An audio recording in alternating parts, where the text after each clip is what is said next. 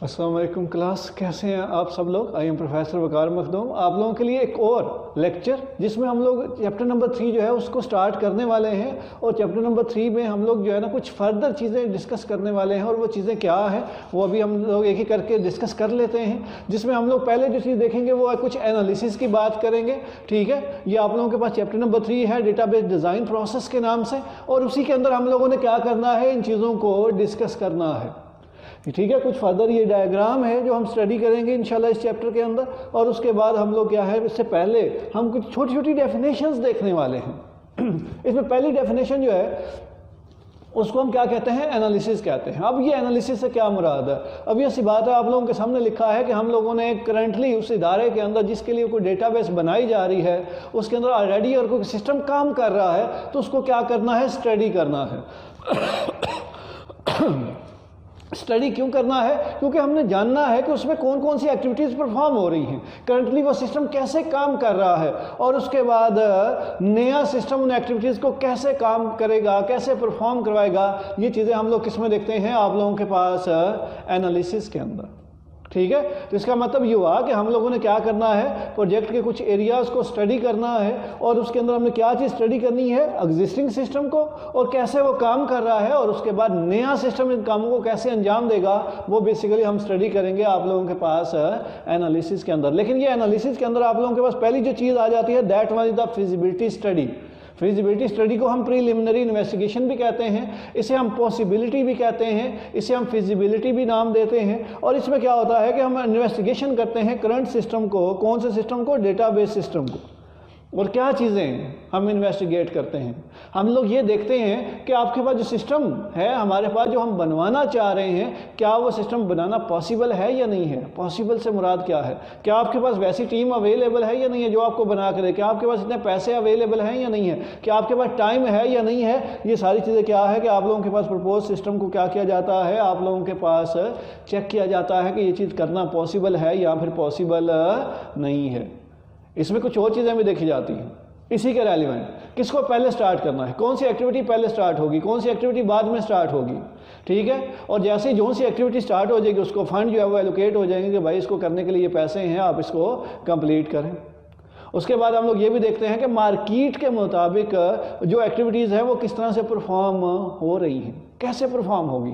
ठीक है, हम इसकी प्रैक्टिकल इम्प्लीमेंटेशन भी देखते हैं कि प्रैक्टिकली चीज़ों को कैसे इंप्लीमेंट किया जाएगा। ये सारी चीज़ें किस में हम देखते हैं, फिजिबिलिटी के अंदर या फिर पॉसिबिलिटी के अंदर या फिर प्रीलिमिनरी इन्वेस्टिगेशन के अंदर, जिसमें हम करंट सिस्टम को क्या कर रहे हैं, स्टडी कर रहे हैं किस रिस्पेक्टिव से कि वो करना पॉसिबल है या फिर करना पॉसिबल नहीं है। दूसरी चीज़ रिक्वायरमेंट एनालिसिस।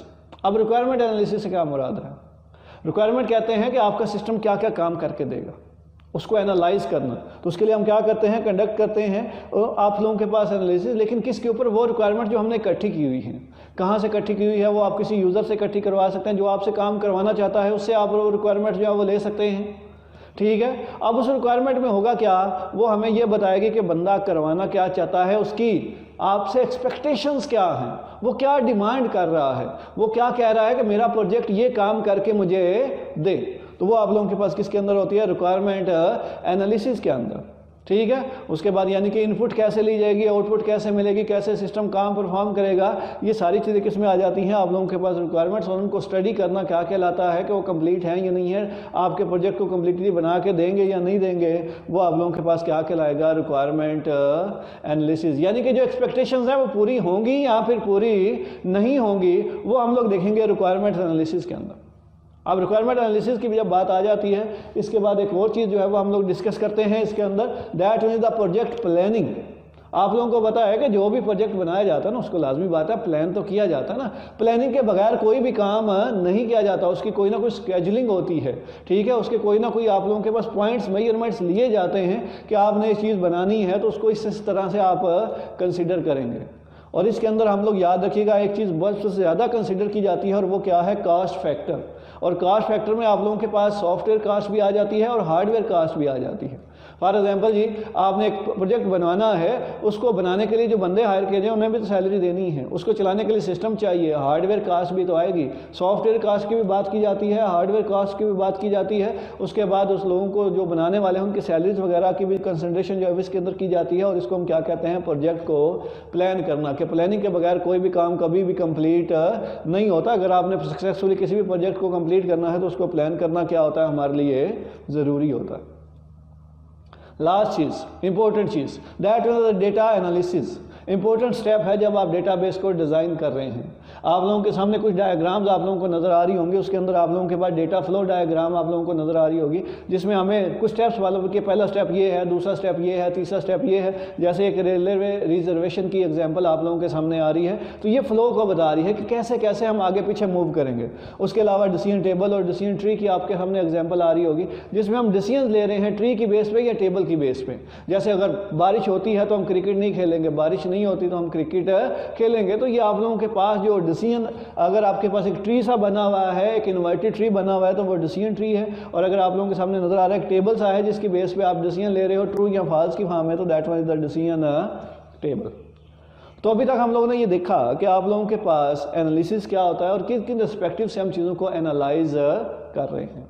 ठीक है, अब बढ़ते हैं हमारे पास जो आगे नेक्स्ट टॉपिक है, that one is the data modelling. Data modelling से क्या मुराद है, representation of real world objects, events and their associations. अब ये रिप्रेजेंटेशन ऑफ रियल वर्ड्स क्या मुराद है, यानी कि असल दुनिया को हम लोगों ने इसमें क्या करना है, रिप्रेजेंट करना है। उनके दरमियान में आपस में क्या तल्लुकात हैं वो रिप्रेजेंट करनी है, उनके दरमियान में क्या एसोसिएशंस हैं वो रिप्रेजेंट करनी है। और हमारे पास ये जो डेटा मॉडलिंग है, इसको अगर हम डिफाइन करें तो हम कहते हैं प्रोसेस ऑफ आइडेंटिफाइंग, यानी कि आइडेंटिफाई करना क्या ऑब्जेक्ट्स को और उनके दरमियान में रिलेशनशिप्स को। That one is the data modelling. अब ये जो डेटा मॉडलिंग है, इसके अंदर हम लोगों ने ये देख लिया कि हमने डिफरेंट तरह के ऑब्जेक्ट्स को आइडेंटिफाई करना है, लेकिन वो ऑब्जेक्ट्स कहाँ से तल्लुक रखते हैं, आप लोगों के पास रियल वर्ल्ड से तल्लुक रखते हैं। अब रियल वर्ल्ड से क्या मुराद है, कॉलेज की एग्जांपल ले लेते हैं। अब इसके अंदर आप लोगों के पास ऑब्जेक्ट कौन से हो सकते हैं, टीचर हो सकते हैं, स्टूडेंट हो सकते हैं, ऑफिस बॉयज हो सकते हैं, मैनेजमेंट हो सकती है। तो ये सारे क्या हैं, इस इन्वायरमेंट के क्या हैं, ऑब्जेक्ट्स हैं। तो इन ऑब्जेक्ट्स के दरमियान में क्या रिलेशनशिप है वो आप लोग क्या किस में रिप्रेजेंट करेंगे, डेटा मॉडलिंग के अंदर। जब डेटा मॉडलिंग की बात आ जाती है तो ऑब्वियस सी बात है, जब एक चीज़ डायग्राम से जाहिर कर दी जाती है तो आप लोगों के लिए उसे समझना, उसे अंडरस्टैंड करना क्या होता है, आसान हो जाता है। आप फ़ौरन समझ पाते हैं कि आप क्या चीज़ करने वाले हैं, कैसे उसको करना है, कम्प्लेक्सिटीज़ क्या क्या हैं सारी आपको क्लियर हो जाती हैं, कौन कौन से ऑब्जेक्ट शामिल है, किसका किसके साथ रिलेशन है, वो आप लोगों को इससे क्या होगा, क्लियर होगा। जब क्लियर होगा तो आपको उसको बनाना भी क्या हो जाएगा, हमारे लिए आसान हो जाएगा। लेकिन ये जो डेटा मॉडलिंग है, इसको करने के लिए कुछ चीज़ों की ज़रूरत पड़ती है। उसमें एक एंटिटी है, एट्रीब्यूट है और रिलेशनशिप है। एंटिटी कहते हैं पर्सन, प्लेस, ऑब्जेक्ट, इवेंट, जिसके मुतालिक डेटा इकट्ठा किया जा रहा है। ठीक है, जो आपने डेटा जो है वो डेटाबेस में क्या करना है, स्टोर करना है। That one is the entity. अब पर्सन क्या है, student, teacher, that one is the person. Place कोई कंट्री हो सकता है। इवेंट आपने रजिस्ट्रेशन करवाई है, that one is the event. ठीक है, तो आप लोगों के पास आपकी स्क्रीन के ऊपर पर्सन, प्लेस, ऑब्जेक्ट, इवेंट की एग्जांपल आ रही हैं, उन्हें ध्यान से देख लें। तो ये आप लोगों के पास क्या है कि एंटिटी कोई भी पर्सन हो सकता है, प्लेस हो सकता है, ऑब्जेक्ट हो सकता है, इवेंट हो सकता है। लेकिन एंटिटी को हम डायग्राम में या मॉडलिंग में जाहिर कैसे करेंगे, उसके लिए हम रेक्टेंगल का इस्तेमाल करते हैं। Student is one entity, teacher is another entity. ठीक है, और इसको मैंने किससे जाहिर किया हुआ है, रेक्टेंगल से जाहिर किया हुआ है। तो ये आप लोगों के पास क्या है, स्टूडेंट की एक एंट्री है और एक हमारे पास कौन सी एंट्री है, टीचर की एंट्री है, और ये किससे बिलोंग कर रही है, that one is the persons. ठीक है, तो मैंने कहा जी एंटिटी क्या हो सकती है, person, place, object and event, और उसको किससे जाहिर किया जाएगा, आपके पास रेक्टेंगल से जाहिर किया जाएगा। लेकिन जो भी एंटिटी होती है उसके कुछ ना कुछ एट्रीब्यूट्स ज़रूर होते हैं, उनकी कुछ ना कुछ करैक्टरिस्टिक्स ज़रूर होती हैं। That one is the attribute. और एट्रीब्यूट को हमेशा किससे जाहिर किया जाता है, ओवल शेप से जाहिर किया जाता है। अब स्टूडेंट का आईडी होगा, नेम होगा, फादर नेम होगा, एड्रेस होगा, फ़ोन नंबर होगा, डिग्री होगी, तो ये सारी क्या हैं आप लोगों के पास इसके एट्रीब्यूट्स हैं। और इनको हम किससे जाहिर करेंगे, ओवल शेप से जाहिर कर देते हैं। जैसे हम student class, student ID, student name, S_ID लिखने का मकसद ये है, क्लियर हो जाए ना कि ये एट्रीब्यूट्स किसके हैं, स्टूडेंट के हैं। ठीक है, क्योंकि स्टूडेंट नेम, टीचर का भी तो नेम होगा, तो टीचर_नेम, इससे हमें पता चल जाएगा कि एट्रीब्यूट है किसका, टीचर का है या फिर स्टूडेंट की एंटिटी का है, क्योंकि दोनों के एट्रीब्यूट्स कुछ सेम भी हो सकते हैं, कुछ क्या हो सकते हैं, डिफरेंट भी हो सकते हैं। और एंटिटी वही होती है जिसकी कुछ ना कुछ खसूसियात होंगी, और खसूसियात क्या है, वो एट्रीब्यूट्स है, करैक्टरिस्टिक्स है, ठीक है। और उसको किससे जाहिर करेंगे, ओवल शेप से हमारे पास जाहिर किया जाता है, और एंटिटी और इसके दरमियान में हम क्या करते हैं, एक लाइन ड्रा कर देते हैं। जैसे कि स्टूडेंट की क्या है, आईडी है, स्टूडेंट का नेम है, स्टूडेंट का क्या है, क्लास है। लेकिन अगर आपने इसको प्राइमरी की के तौर पे बनाना है तो हम क्या करेंगे, जो एंट्री आप एट्रीब्यूट आप प्राइमरी की के तौर पे यूज़ करेंगे उसे हम क्या करेंगे, इस तरह से लाइन लगा देंगे, तो वो क्या बन जाएगी, प्राइमरी की बन जाएगी।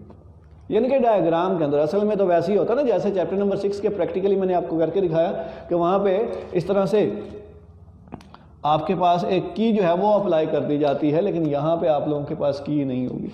यहाँ पे हम अंडरलाइन कर देंगे तो इसका मतलब क्या है कि हम लोगों ने क्या रिप्रेजेंट कर दिया है, हमने एक जो एट्रीब्यूट है उसको क्या बना दिया है, प्राइमरी की बना दिया है। तो ये इसको देखना, थोड़ा सा ध्यान रखना जरूरी है।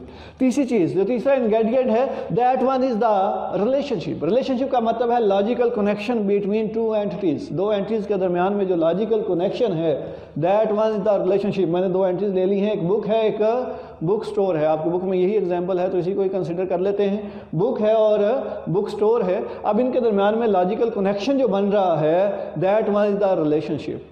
अब ये रिलेशनशिप जो है ना वो आप लोगों के पास पार्शियल भी होता है और टोटल भी होता है।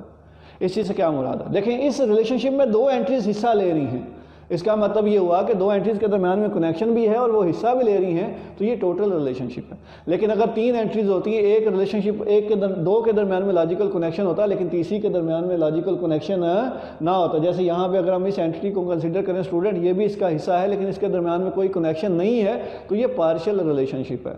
और वो एंटिटीज जो एक रिलेशनशिप में हिस्सा ले रही होती हैं उन्हें हम पार्टिसिपेंट्स का नाम देते हैं, that one is called participant.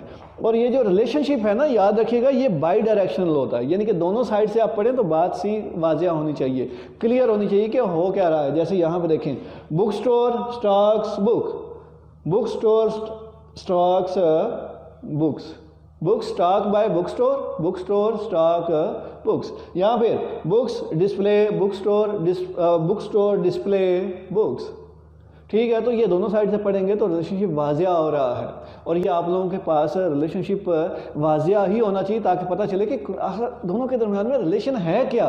तो यहाँ पे देखें क्या है, इधर स्टॉक के नाम से है, इधर डिस्प्ले के नाम से है, इधर ऑर्डर के नाम से है, तो बताया जा रहा है कि रिलेशनशिप है क्या। और रिलेशनशिप आपके पास जो एंटिटीज के अंदर होगा, यहाँ पे तो इस तरह से जाहिर किया जा रहा है ना, लेकिन जब हम असल में डायग्राम बनाएंगे तो इस तरह से आप लोगों के पास क्या है, डायमंड सिंबल से इसको रिप्रेजेंट कर दिया जाएगा, ठीक है। इसके अंदर हम लोग ऑर्डर इसके अंदर जो है वो लिखेंगे, ठीक हो गया जी। तो ये आप लोगों के पास क्या है, तीसरा सिंबल है, that one is the relationship, जो लॉजिकल कनेक्शन को बताता है। और लॉजिकल कनेक्शन जो है वो क्या होना चाहिए, बाई डायरेक्शनल होना चाहिए, और दोनों के दरमियान में हमें क्लियर हो कि रिलेशनशिप बन कैसा रहा है।